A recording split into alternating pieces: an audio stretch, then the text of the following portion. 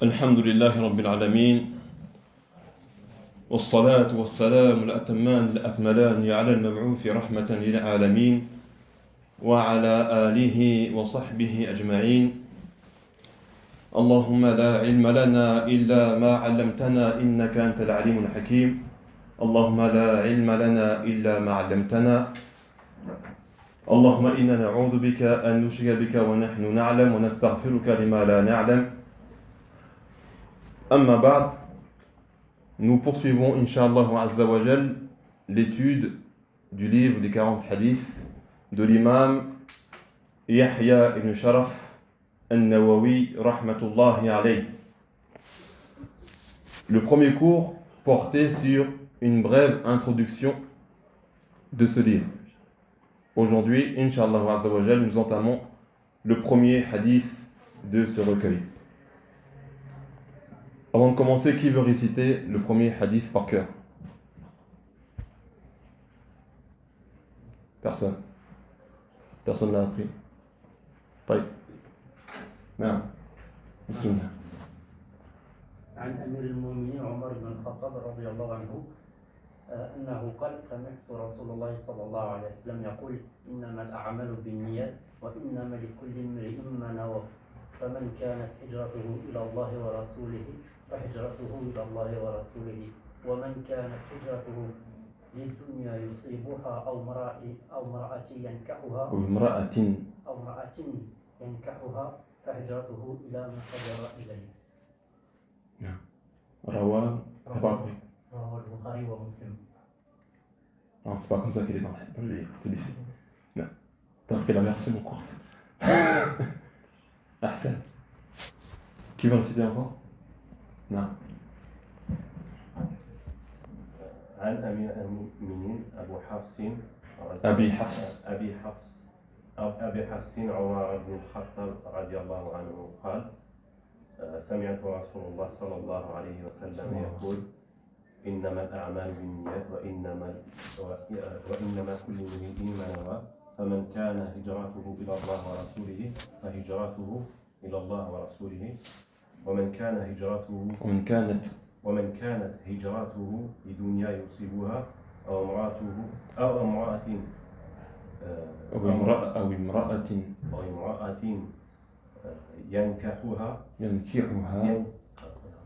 ينكحها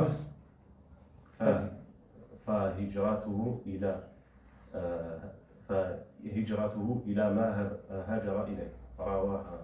رواها البخاري ومسلم. Vous avez encore jusqu'à la semaine prochaine pour apprendre ce hadith-là. Non. Donc ceux qui l'ont pas appris ou qui veulent le mémoriser encore mieux, vous avez encore jusqu'à la semaine prochaine pour l'apprendre. Donc, al-hadith al-awwal. عن أمير المؤمنين أبي حفص عمر بن الخطاب رضي الله عنه قال: سمعت رسول الله صلى الله عليه وسلم يقول: إنما الأعمال بالنيات وإنما لكل امرئ ما نوى فمن كانت هجرته إلى الله ورسوله فهجرته إلى الله ورسوله ومن كانت هجرته لدنيا يصيبها أو امرأة ينكحها فهجرته إلى ما هاجر إليه. رواه إمام المحدثين أبو عبد الله محمد بن إسماعيل بن إبراهيم بن المغيرة بن بردزبة البخاري وأبو الحسين مسلم بن الحجاج بن مسلم القشيري النيسابوري في صحيحيهما اللذين هما أصح الكتب المصنفة. Donc je traduis en français. J'ai entendu d'après Omar ibn Khattab, d'après le prince des croyants, pardon, Omar ibn Khattab radiallahu anhu, j'ai entendu le messager d'Allah sallallahu alayhi wa sallam dire: les actions ne valent que par leurs intentions. Et chacun sera rétribué selon son intention. Ainsi, celui dont l'immigration était pour Allah et son messager, alors son immigration est pour Allah et son messager.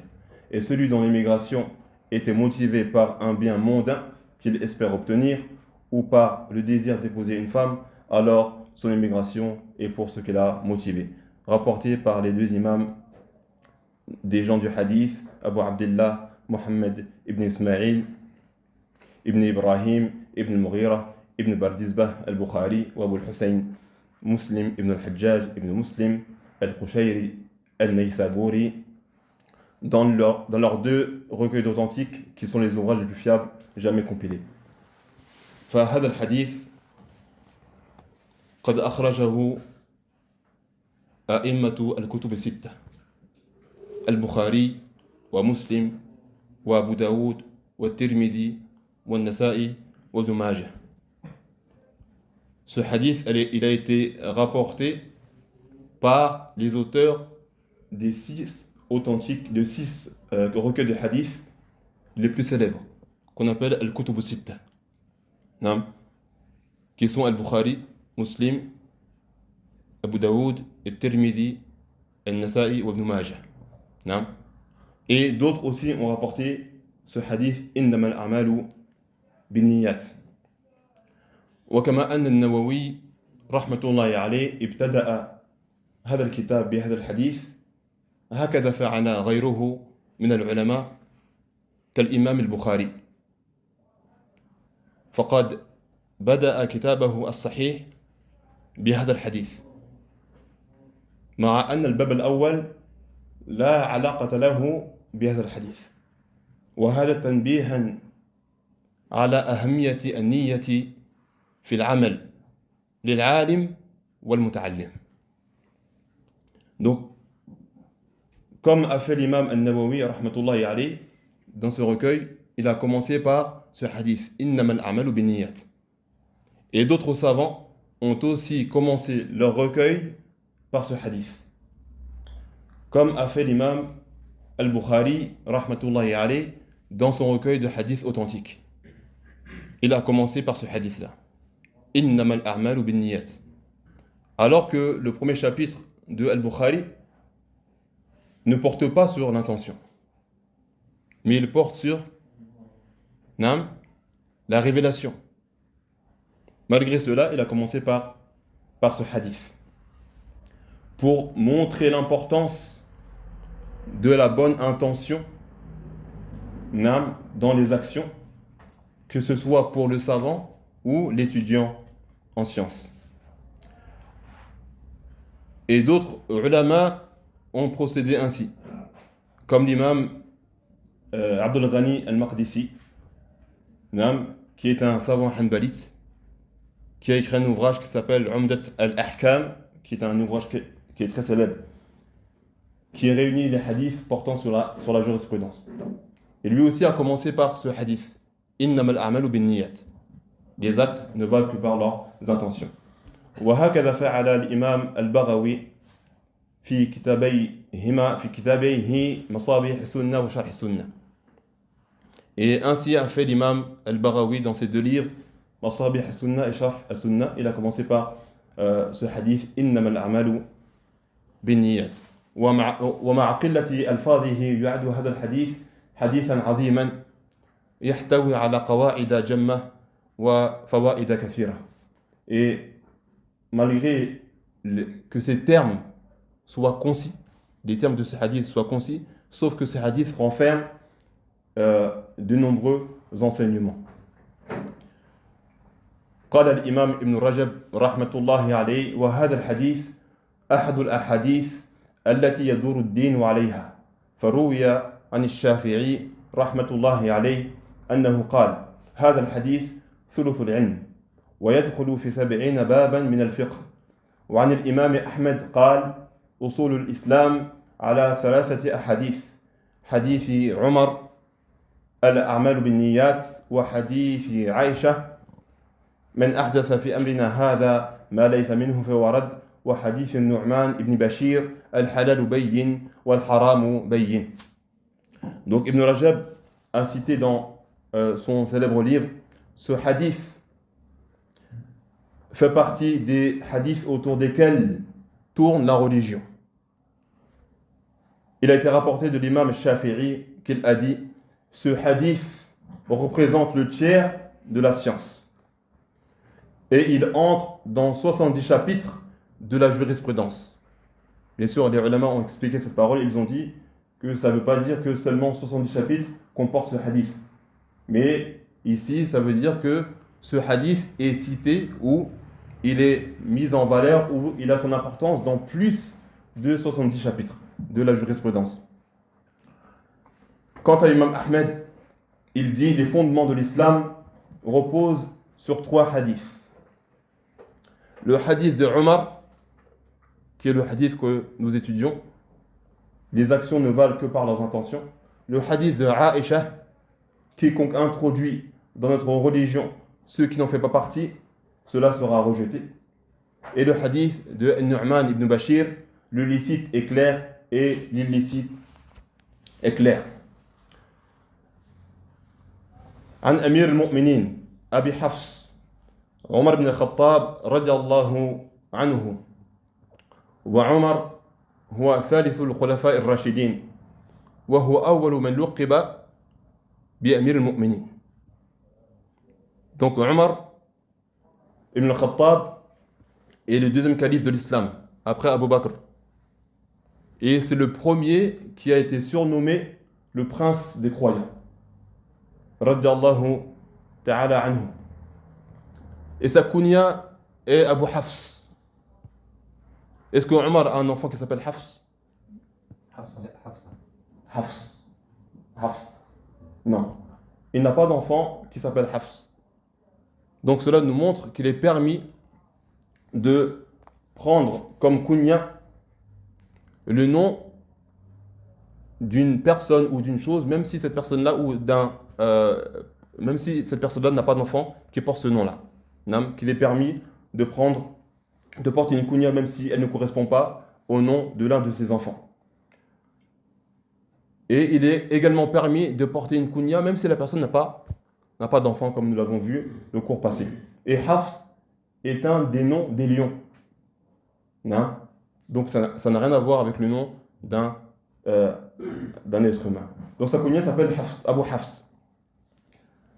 Omar ibn Khattab radiyallahu anhu قال سمعت رسول الله صلى الله عليه وسلم.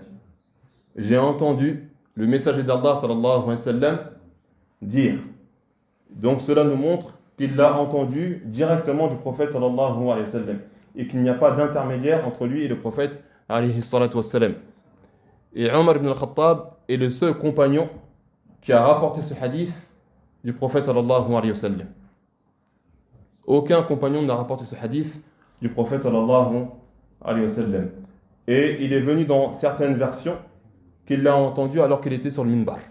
Alors qu'il était sur le minbar.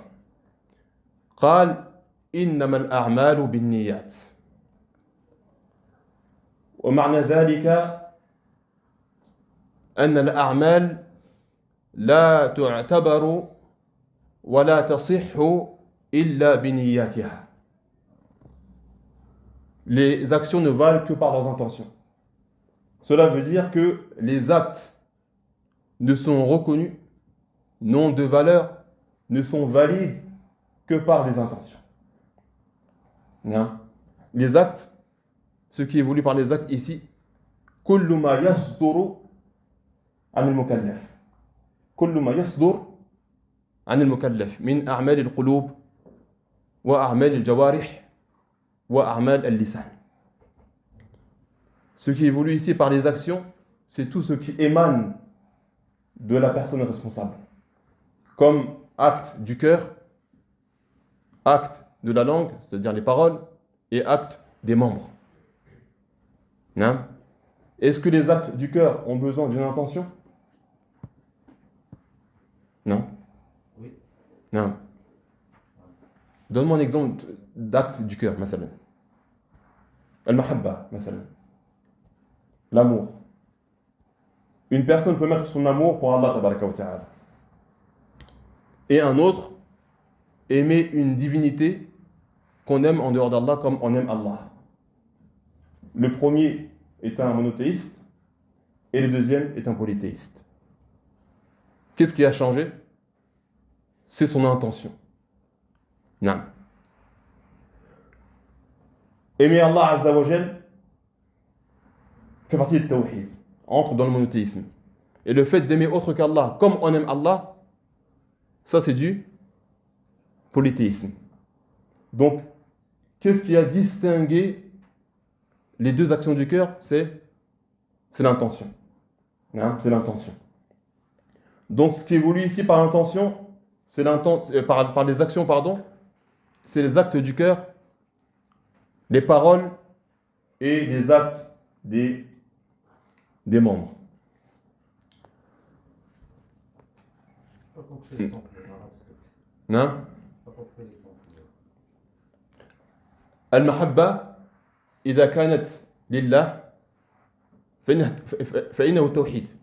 محبة الله من التوحيد، أليس كذلك؟ يعني توحيد الله عز وجل بالمحبة، وأن لا تحب أحدا كما تحب الله. فمن أحب غير الله كما يحب الله فإنه مشرك. نعم، يحبونهم كحب الله، يحبونهم كحب الله، أي يحبونهم كما يحب الله تبارك وتعالى، أي يحبونهم كحب المؤمنين الله. فمن أحب غير الله كما يحب الله فإنه مشرك، لأن المحبة عبادة ولا تصرف إلا لله، كما أن الخوف عبادة، فمن خاف من غير الله كما يخاف من الله فإنه مشرك. فلا يجوز أن تخاف من الله، أن تخاف غير الله كما تخاف من الله سبحانه وتعالى. واضح؟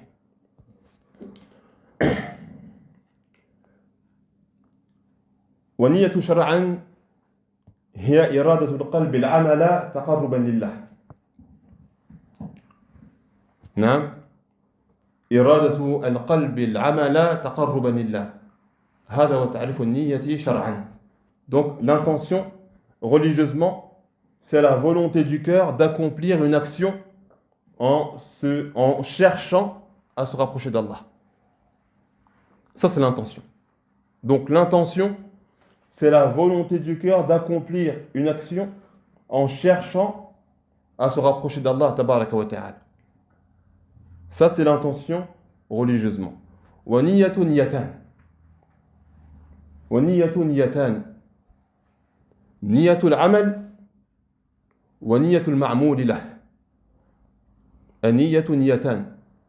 نية العمل هي أن يقصد المرء عبادة معينة، يعين هذه العبادة، هذه نية العمل، أن يقصد العبد والمرء عبادة معينة، عملا معينا. نعم، فيعين الصلاة أو الزكاة أو الصيام وما إلى ذلك، فهذه نية العمل، هذه نية العمل. Donc l'intention est de deux sortes. L'intention est de deux sortes. Il y a l'intention de faire l'acte, l'intention de faire l'acte et l'intention de celui pour qui on fait l'acte. Non? Quand on parle d'intention, on parle de deux choses. L'intention de faire un acte, l'intention de prier, l'intention de jeûner, l'intention de s'acquitter de la zakat. Non? Et on parle aussi d'une deuxième chose, c'est l'intention de faire un acte pour Allah tabaraka wa ta'ala. L'intention pour qui l'acte est accompli. Non? L'intention de celui pour qui l'acte est accompli, pardon.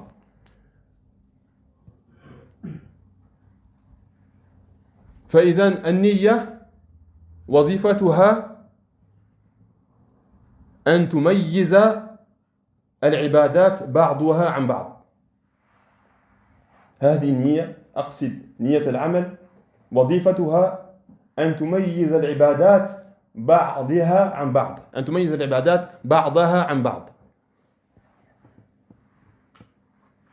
وتميزها عن العادات، أي تميز العبادات عن العادات. La fonction de cette intention, l'intention de l'acte, est de distinguer les actes d'adoration entre eux. Je vais expliquer, Inch'Allah. Et de distinguer les adorations des habitudes, des actes ordinaires. Non? Donc, la première intention, c'est le fait de distinguer les adorations entre eux. Comme le fait de distinguer entre un acte obligatoire et un autre acte obligatoire. أن تميز بين فرد وفرد. نعم. أو تميز الفرد عن الفرد. Le fait de distinguer l'acte obligatoire de l'acte obligatoire. Obligatoire. Je vais expliquer. Non. أن تميز الفرد عن الفرد. Ça, c'est le premier exemple. Non. Le fait de distinguer un acte obligatoire d'un autre acte obligatoire. Par exemple, une personne qui vient de la mosquée à l'heure de Dhuhr, il rentre dans les rangs, il commence à prier avec le groupe, et il termine la prière, et lui a mis l'intention de prier à l'Asr, à l'heure de Dhuhr. Par inadvertance. Non? Il pensait que c'était l'heure de l'Asr. Donc il met l'intention de prier à l'Asr. Sauf que l'heure, c'est l'heure de Dhuhr. Une fois que les fidèles ont terminé, ils voient les gens se lever pour faire de raka'a. Alors qu'après l'Asr, il n'y a pas de prière. Donc il se rappelle qu'il a mis l'intention du Asr. Est-ce que sa prière ici est acceptée? Alors que Al-Dhuhr se prie exactement comme Al-Asr. De la même manière. Donc, est-ce que son acte ici est accepté ou pas? Non. Non? Non? Pourquoi? Il a prié 4 rak'at. Derrière l'imam. Avec les fidèles. Pourquoi est-ce que sa prière ne serait pas acceptée? Je veux que le frère il me réponde. Pourquoi? Est-ce que l'Asr, c'est pas 4 rak'at comme Al-Dhuhr? Non, ماشي كيما العصر. Hein? نعم تفضل. اللهم النية. نعم. لو ذهب لصلاة الظهر Non. الظهر ولا ينوي صلاة العصر. Non. Parce que cette personne-là, elle a mis l'intention هذا الإنسان نوى صلاة العصر في وقت الظهر فلا تصح عصرا لأن الوقت لم يدخل بعد ولم تصح ظهرا لأنه نوى العصر لم تصح عصرا لأن الوقت لم يدخل ولم تصح ظهرا لأنه نوى العصر. Donc cette personne-là, sa prière, elle n'est pas comptée comme Al-Dhuhr. Ni Al-Dhuhr, ni Al-Asr. Il doit recommencer. Même si la pratique ou bien l'acte apparent est le même, quand tu vois une personne prier l'Asr ou Al-Dhuhr, c'est pareil. Sauf que ce qui a déterminé l'adoration, c'est l'intention. Lui, il a mis l'intention de prier à l'Asr. Est-ce que l'Asr est entré? Non. Donc sa prière n'est pas acceptée. Est-ce que sa prière de Dhuhr est acceptée? Non. Parce qu'il a mis la niyyah de Asr. Non. Mais il reste que c'est une prière pour laquelle il sera récompensé, mais elle n'est ni comptée pour ni Asr ni Dhuhr. Non. Donc c'est la niyyah, c'est l'intention. يعني النية ميزت الفرد عن الفرد. L'intention ici, elle a distingué un acte obligatoire d'un autre acte obligatoire. Ouais. Non. Je sais qu'on l'a vu, mais je vous dis, est-ce qu'il change son intention dans la salat? Qui répond? Ça, c'est une bonne question. S'il change son intention pendant la prière, il commence à prier, il a mis l'intention du Asr. Et il s'est rappelé pendant la prière que c'est Dhuhr. Et lui, il change son intention. Je pense que c'est la même chose, comme le premier qui est trompé, comme la deuxième. Genre, comme il a fait Niyya. On retourne toujours dans le Niyya. Genre, le Niyya, je vais faire le salat al-asr et je fais C'est à peu près comme la première, mais c'est pire que le premier. C'est pire que le premier, parce que ici, sa prière est là. Pourquoi? Car il a mis l'intention du Asr. Ensuite, il a changé son intention. Non, il a changé son intention pour Dhuhr. Et il n'a pas mis l'intention au début de l'adoration. Et l'intention, elle se met au début. Donc là, il a coupé sa niyya.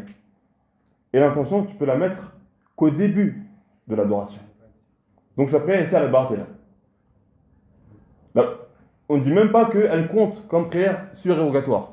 Parce que même cette prière recommandée, tu dois mettre la niyya au début. Là, il a coupé son intention. Non? Donc son intention, elle est coupée. Et il n'a pas la récompense d'une prière recommandée car la prière est batila. Ça? Non? Non. Sauf que le premier, sa prière, elle est sahiha, lakin naflan. Naflan mutlaqa. Le premier, sa prière, elle est acceptée, mais c'est une prière, elle est considérée comme recommandée. Car la prière obligatoire, elle a en réalité deux choses. Elle a la base de la prière et l'obligation. Et si la prière obligatoire devient caduque, il reste l'intention de la simple prière qui n'est pas obligatoire. Donc le premier, sa prière, elle n'est pas batila.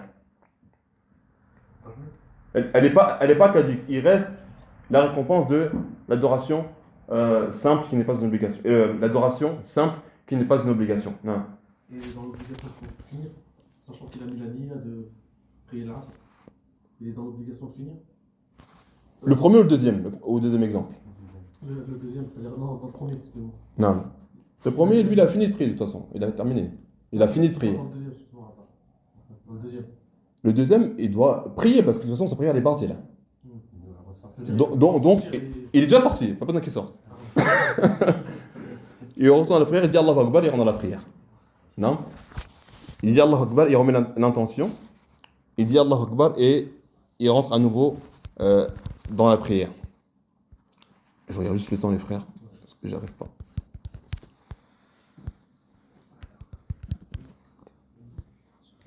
Combien de temps? Je sais pas.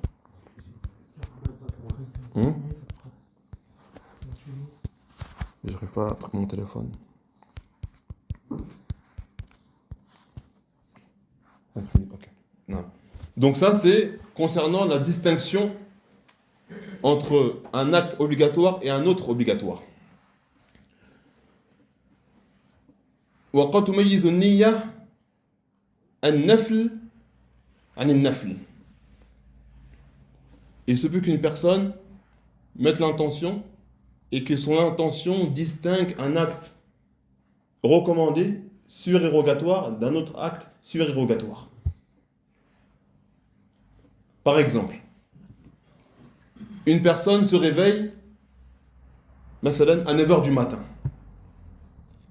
Et cette personne a l'habitude de prier al-duha. Après shuruq. Non? Donc elle prie 2 raka'a de duha. Et elle met l'intention de prier al-duha. Sauf que cette personne a oublié qu'elle ne s'est pas réveillée pour prier al-fajr. Donc elle prie 2 raka'a de duha, mais oublie qu'elle ne s'est pas réveillée pour prier al-fajr. Et celui qui se réveille en retard, c'est une sunna, malgré tout, de prier 2 raka'a avant al-fajr. Non? Tu n'es pas obligé de prier directement al-fard, parce que tu es sorti de l'heure.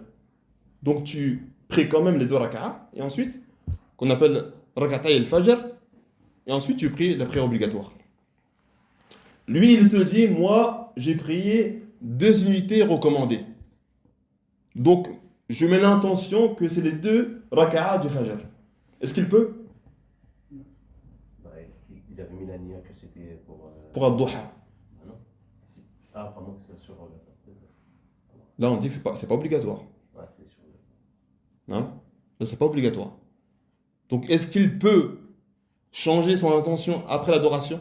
Donc, lui, il met l'intention de Duha. Il dit, mais comme je n'ai pas prié les 2 raka'a avant Al-Fajr, ces 2 raka'a de Duha, je les considère comme les 2 raka'a du Fajr. La nia, c'est avant, pas après. Là, c'est pas une obligation. C'est un acte recommandé. C'est pendant la prière qu'il se rencontre. Non, il a fini. Ah, il a fini. Il a fini de prier 2 raka'a. Et ensuite, il s'est rappelé qu'il n'a pas prié Al-Fajr. Donc, il n'a pas prié les 2 raka'a avant le Fajr. Il veut remplacer ces 2 raka'a qu'il a fait pour Duha et les mettre à la place de Al-Fajr, les 2 raka'a recommandés avant le Fajr. En pleine prière. Après la prière. Allah yahdik. Il a prié Duha. Il a fini. 5 minutes après, 10 minutes après, une demi-heure après, il s'est rappelé qu'il n'a pas prié Al-Fajr. Non, Al-Fajr. Donc, il n'a pas prié les 2 sunnah avant le Fajr. Il veut remplacer, car il est un peu fainéant, il veut remplacer ces 2 raka'a. Il dit, moi, j'ai déjà prié 2 raka'a, donc je considère que c'est les 2 raka'a de sunnah de Fajr, et ensuite je prie Al-Fajr. Il peut ou pas? Non, Daniel, c'est pas là. Non? Il peut pas, non, c'est pareil. Que ce soit obligatoire ou pas obligatoire, c'est la même chose. Non? Il ne peut pas remplacer l'intention. Donc ici, qu'est-ce qui a distingué cet acte recommandé d'un autre acte recommandé? C'est l'intention. Il a mis ici l'intention de prier Duha. Non? Et le prophète sallallahu alayhi wa sallam il dit innamal a'malu binniyat. Les actes ne valent que par leurs intentions. نعم والنية كذلك تميز الفرض عن النفل الفرض عن النفل. L'intention distingue aussi l'acte obligatoire de l'acte recommandé. Non. Une personne se lève le matin, pareil.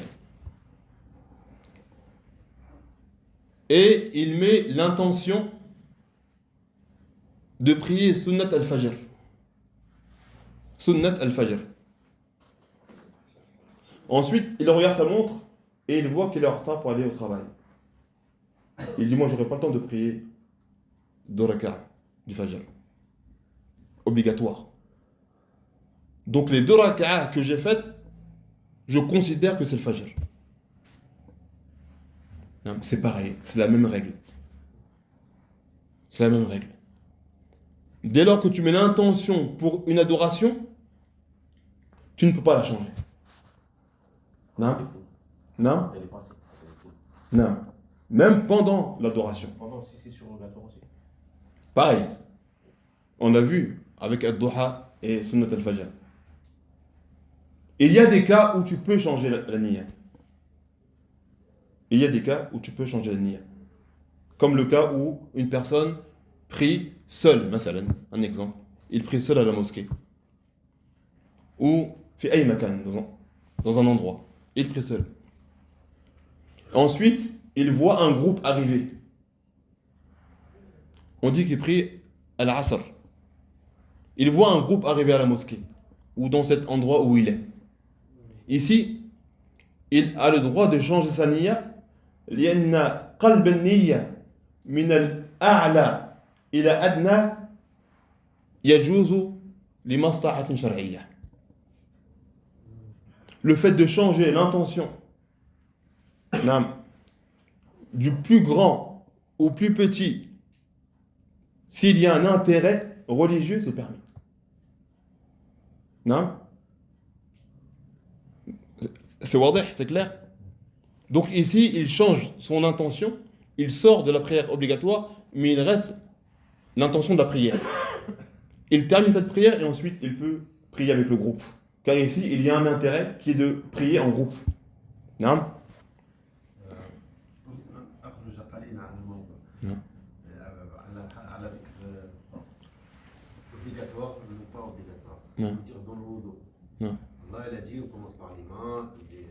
doucement, doucement, étape par étape. Tu peux pas changer, tu commences par les mains, le visage, après Non. les pieds et tout. Non. C'est la même chose. Dans les prières et dans le wudu. C'est ça. الترتيب. الترتيب في صلاتكم والترتيب في وضوءكم. On ne peut pas changer le wudu. لا هذا شيء، هذا موضوع آخر. Oui, أنا قلت لك سبب آخر. نعم صحيح. الترتيب الصلاة. نعم ترتيب واجب في الوضوء وفي الصلاة، نعم، لكن الموضوع يختلف. نفس الشيء. نعم. Je voulais m'arrêter ici. نعم، je n'aurai pas le temps de continuer. والله تعالى أعلم، وصلى الله وسلم وبارك على نبينا محمد وعلى آله وصحبه أجمعين. Les frères, faites l'effort, Inch'Allah, d'apprendre le hadith. Même si tu mets un mois pour l'apprendre, c'est pas grave. Au moins, mets l'intention de l'apprendre. C'est pas une course. Et n'aie pas d'impression. Ah, il va me dire de réciter. Moi, j'interroge personne. Je désigne personne. Je dis qui veut réciter. S'il y a personne, je fais mon cours. Alhamdulillah. Si un veut réciter, il récite. Et aussi, n'ayez pas honte de vous tromper parce qu'il y a des gens. Déjà, toi, tu as pris la parole devant tout le monde. C'est un effort déjà, ça. Et comme j'ai dit plusieurs fois, il y a deux personnes qui ne vont jamais apprendre. Deux personnes. Celui qui est orgueilleux et celui qui est timide. Celui qui est orgueilleux, car lui, il se croit meilleur que les autres, de toute façon. Il ne va pas demander. Même s'il n'a pas compris, il ne va pas dire j'ai pas compris. Il va faire l'orgueilleux. Je connais, je sais. Moi, je ne cite pas parce que de toute façon, je connais. Ça, c'est facile. Et celui qui est timide, il n'ose pas.